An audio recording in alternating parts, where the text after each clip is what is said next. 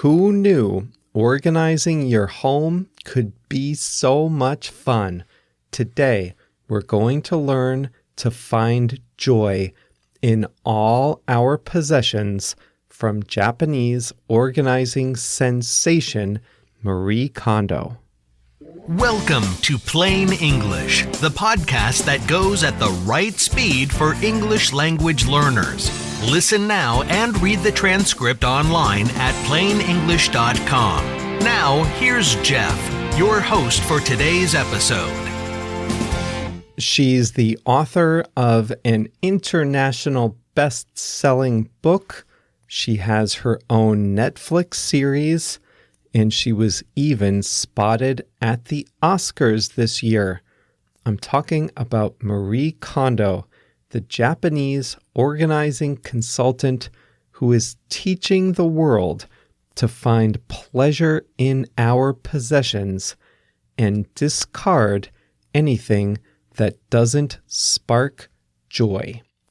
She's a character, and I'll be sharing a little more about her on today's episode.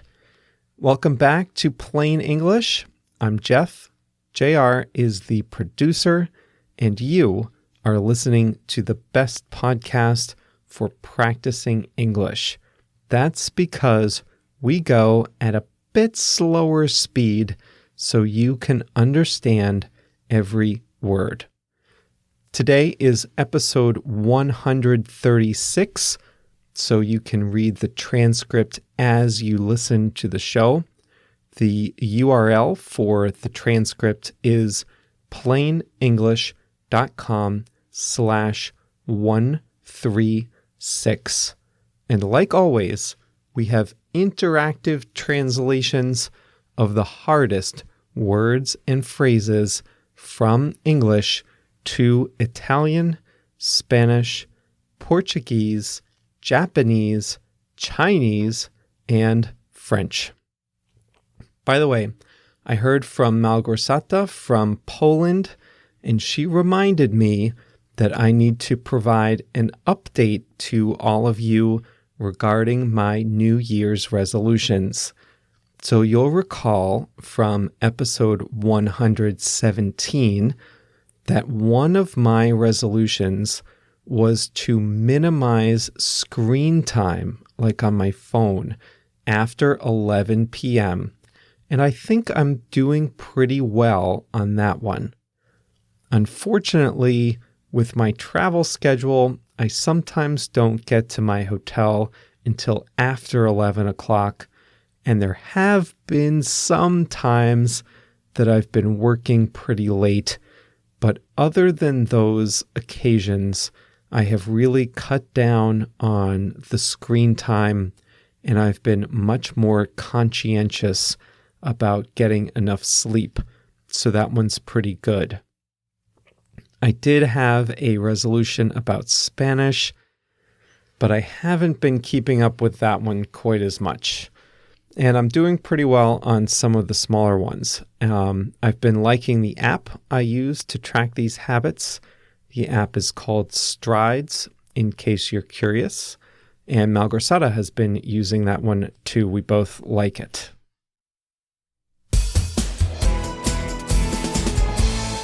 Marie Kondo has a sweet smile, an infectious laugh, and a knack for decluttering and organizing homes.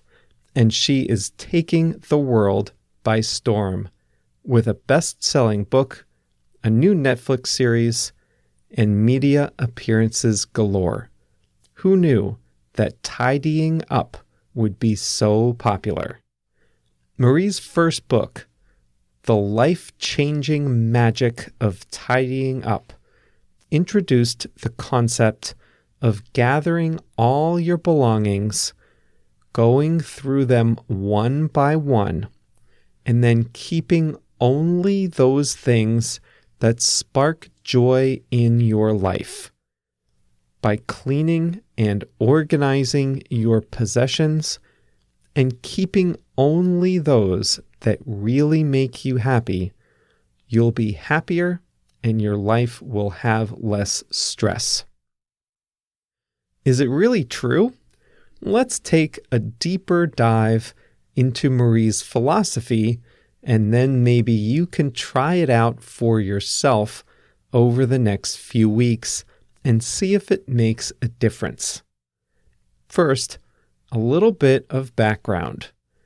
Marie says she has been interested in organizing and tidying up since childhood, but one day she had a nervous breakdown, worrying about all the stuff she was throwing away.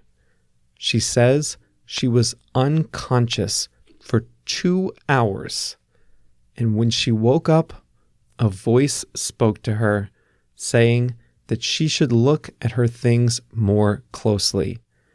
And that's when she realized that instead of looking for things to throw away, she should look at the things she wants to keep. According to Marie, the real work of tidying up is to identify the things that make you happy. So here's what she recommends you do. Instead of going room by room, and instead of looking for things that you want to discard, you should go by category of possession. With her method, you start with your clothes, then you go to your books, then miscellaneous items, that would be almost everything else, and then finally, sentimental items. You should take all your possessions, category by category, and go through them one by one. Ask yourself, one by one, piece by piece, if it gives you joy. She says you should think about the feeling you get when you hold a puppy. That's what it means to spark joy.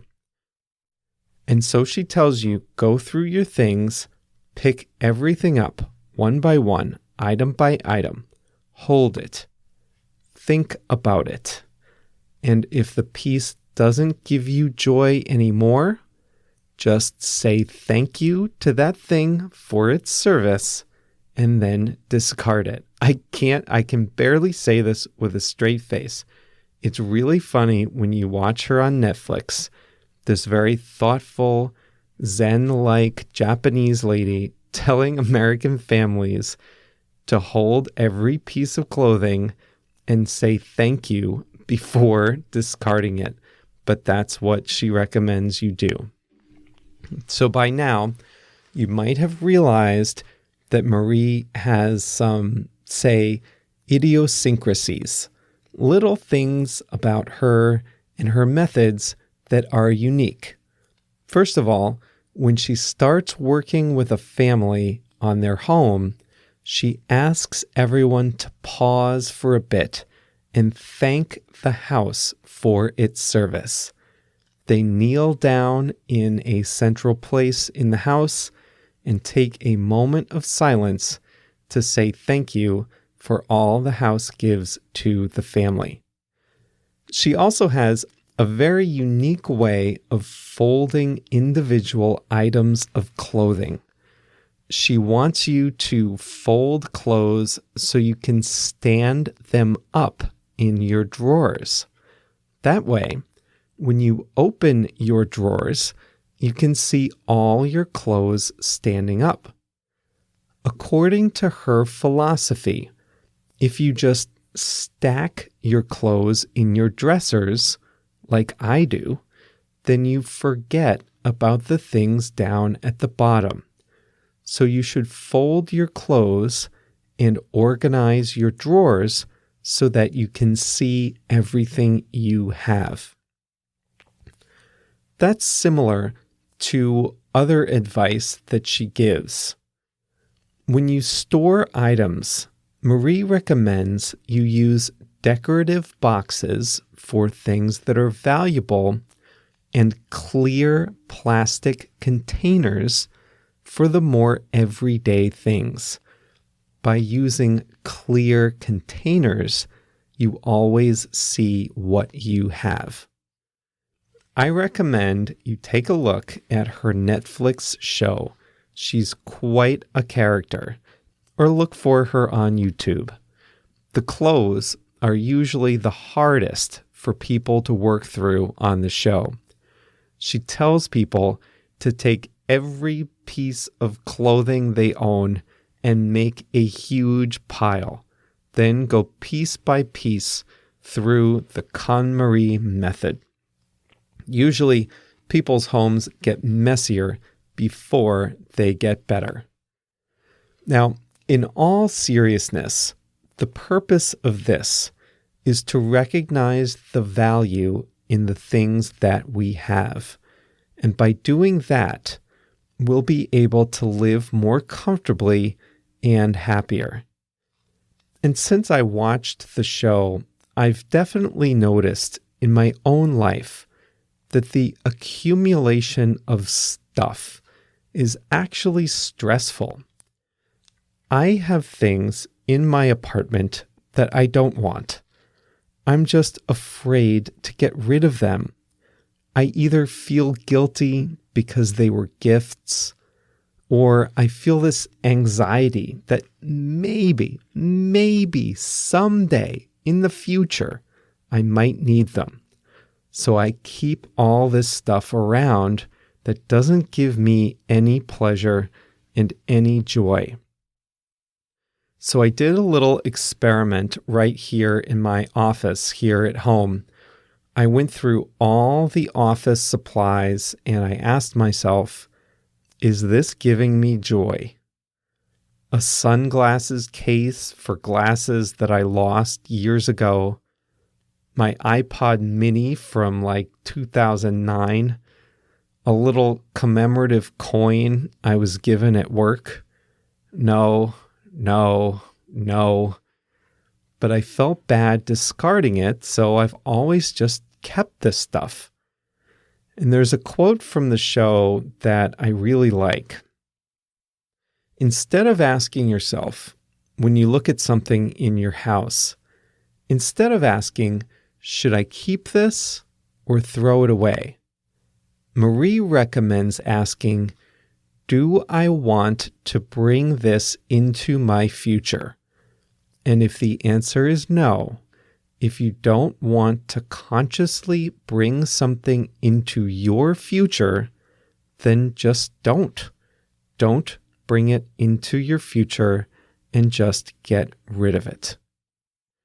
I have to confess that this small experiment at my desk was eye-opening for me. And then I started to think, what if I did this with my clothes? I took a look in my closet and I realized I have a lot of things that don't give me joy. I have a lot of things that I don't want to bring into my future. So I think I'll have to dedicate a full day or two in the spring to organize my closets with the KonMari method. I think you should watch the show. She'll make you laugh. She's funny. It's a good show. And I might even look for her book too, The Life-Changing Magic of Tidying Up. A few episodes ago, I mentioned that we had a listener, Wallace, I think his name was, and he listens with his boss. And I thought that was great that people listened with their coworkers in the office. Well, on Sunday, I got a WhatsApp from Lucio in Mexico.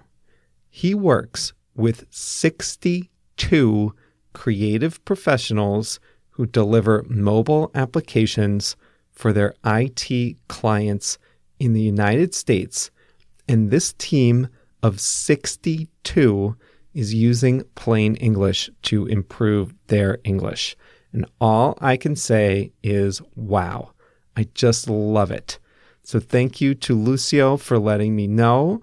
A big warm welcome to everyone on Lucio's mobility team in Monterrey, Mexico. A number of listeners have also been signing up for Mosalingua. That's just another way you can study. Keep practicing your vocabulary, learning new words, and being an active learner. They have great apps and programs, including a course called Você Speak, where you can work on your accent and fluency and pronunciation. A lot of great resources are available all for you at plainenglish.com/learn, LEARN, plainenglish.com/learn. Today's episode is a little long already, so I'm going to give you an easy word, a good word to know though. Marie Kondo has a knack for organizing. A knack, K-N-A-C-K, knack. That means she has a special and natural talent for organizing. When someone has a natural skill at doing a particular task, you say that person has a knack for that thing, that task. Marie Kondo has a knack for organizing. She just has this amazing skill, and it seems to come so naturally to her. She really has a knack for it. Some people have a knack for interior design. They just know how to make colors, fabrics, and shapes work well in a room. I am not one of those people. You might know someone who has a knack for learning languages. Maybe that person is you. Once again, it's not me. Although I do okay at Spanish, I have to work really hard at it, and I wouldn't say I have a knack for it. However, I've definitely met people who can learn languages quickly. They just have this natural skill, which I admire. You might have a knack for finding bargains. If you like to shop and you know where to get the best deals, the best discounts, then you might have a knack for finding bargains. If you're in business or finance, you might have a knack for picking stocks. Although I think it's the case that everyone thinks they have a knack for picking stocks when the markets are generally going up like they are these days. All right, that's all for today's program. Hey, let me know if any of you have applied the KonMari method and if you have any advice for the rest of the Plain English audience.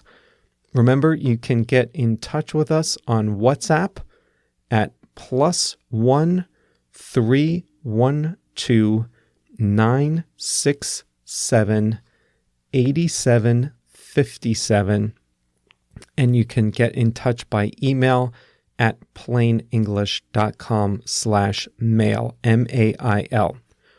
Remember, JR and I will be back later on this week for another episode.